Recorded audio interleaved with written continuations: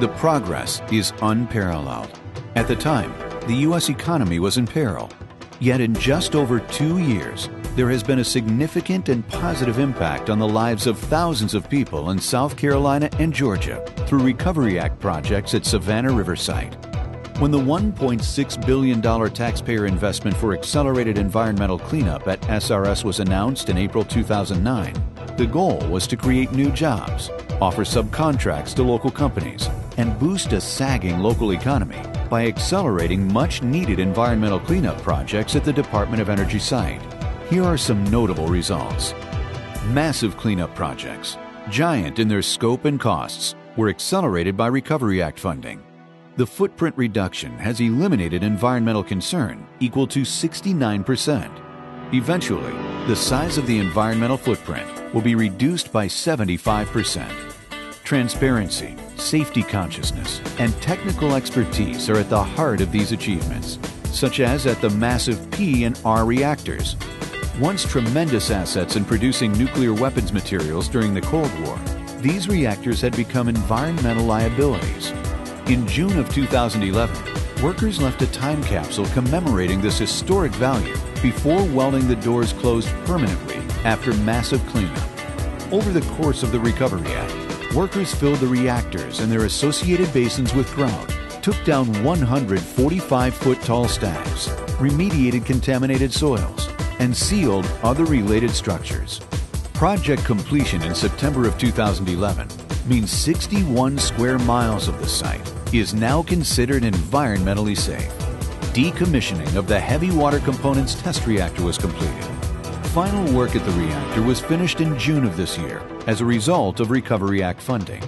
The original date was 13 years from now. Stored materials contaminated with both radioactive and hazardous materials had been of significant safety concern for decades. These transuranic, or true wastes, had been stored in drums and boxes. SRS converted areas within F and H canyons, as well as Cell 11 and E area, to repackage these wastes for safe shipment to the DOE's Waste Isolation Pilot Plant in New Mexico. To date, about 1,950 of the 5,000 cubic meter inventory at SRS has been shipped. That number grows each month toward the eventual final shipment of true waste to the Waste Isolation Pilot Plant. Work on the most challenging true waste began at True Pad 1 within weeks of Recovery Act funding. The contents within the concrete culverts and boxes were estimated to contain 180,700 curies of plutonium, representing about 35% of Savannah River Site's true activity in retrievable stored containers. Each culvert was uncovered and relocated to dedicated storage and processing areas where they were cracked open, checked, contents emptied, and then repackaged and characterized for permanent dispositioning.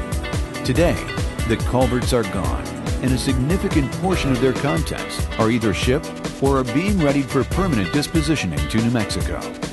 In D area, large detritiation units, which heat contents up to 1,500 degrees Fahrenheit, have remediated 1,650 cubic yards of tritium-contaminated soils and concrete. This project is now complete. The most visual of the cleanup projects, the 455-foot K-reactor cooling tower, was imploded in May 2010. The debris from the massive implosion was carted away for permanent dispositioning or recycling by August of that year. This major project was completed with a flawless safety record, and its completion contributed 45 acres to the overall footprint reduction effort. Disposition of radioactive liquid waste in underground storage tanks is a priority at SRS. Recovery Act funds have accelerated the tank closure process in several areas. For example, the procurement of 14 mixer, blender, and transfer pumps will enhance the waste removal and cleaning process of the tanks. The addition of bubbler technology in the Defense Waste Processing Facility's 80-ton melter will inject argon gas into the superheated glass and waste mixture, allowing for more efficient stirring of the melt pool. This will increase by approximately 40% the production rate of vitrified waste placed into stainless steel canisters, which are being stored at the site, awaiting final disposal in a federal repository. innovative remote control devices developed by SRS engineers have made significant progress in waste sampling. The specially designed robots navigate the internal maze of cooling pipes, risers, and other impediments in the bottom of waste tanks.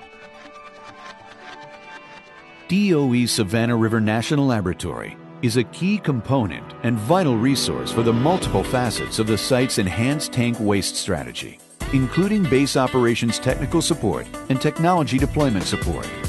The laboratory conducts research that makes use of its expertise in high-level waste processing, including waste glassification and salt waste material processing.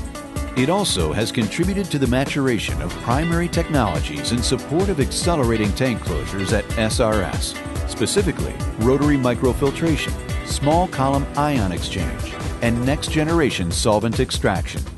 All these improvements, funded by the Recovery Act, have resulted in significant progress toward the cleaning and operationally closing of SRS waste tanks. Savannah River Site Recovery Act projects directly created more than 2,200 jobs during the height of the recession.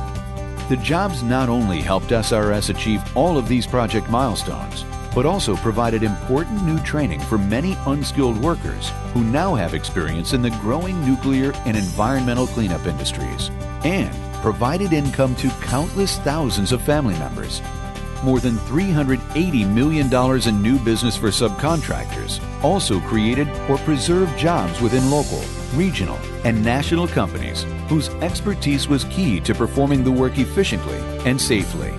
An independent study led by the University of South Carolina Aiken found that for every dollar spent on Recovery Act projects at SRS, another 86 cents was generated within the 5-county region that surrounds the DOE site. During the study period, which ended in October 2010, the total economic impact from the Recovery Act at Savannah River Site was $842 million from new business to local subcontractors, payroll to Recovery Act workers, and living expenses for out-of-town contractors. With more than 80% of Recovery Act projects complete, the taxpayer investment in jobs, support to the community, and important environmental cleanup has been a success at Savannah River Site. An overall 75% footprint reduction of environmental hazards at the site will make room for future economic development. Unemployed workers found jobs and new training for new and even better jobs in the government or private sectors. Local companies found new life in the midst of the recession through subcontracts involving Recovery Act projects. The stimulus to the central Savannah River area, estimated at more than $800 million, was key to the economies of 5 counties. For Savannah River Site, the Recovery Act did work, with major returns on the taxpayer investment. Finishing strong in 2011, the Recovery Act is entering a place in history in the long, proud heritage of this Department of Energy facility.